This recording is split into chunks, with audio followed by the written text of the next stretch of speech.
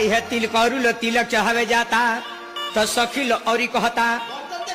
आहा जब बर्तन देखा तो कल क्या हमरा बाबू के तो ठग देले सरी।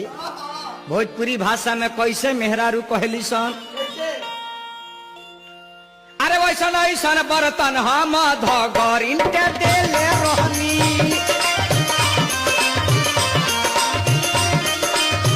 बाबू के नार के कटाई जी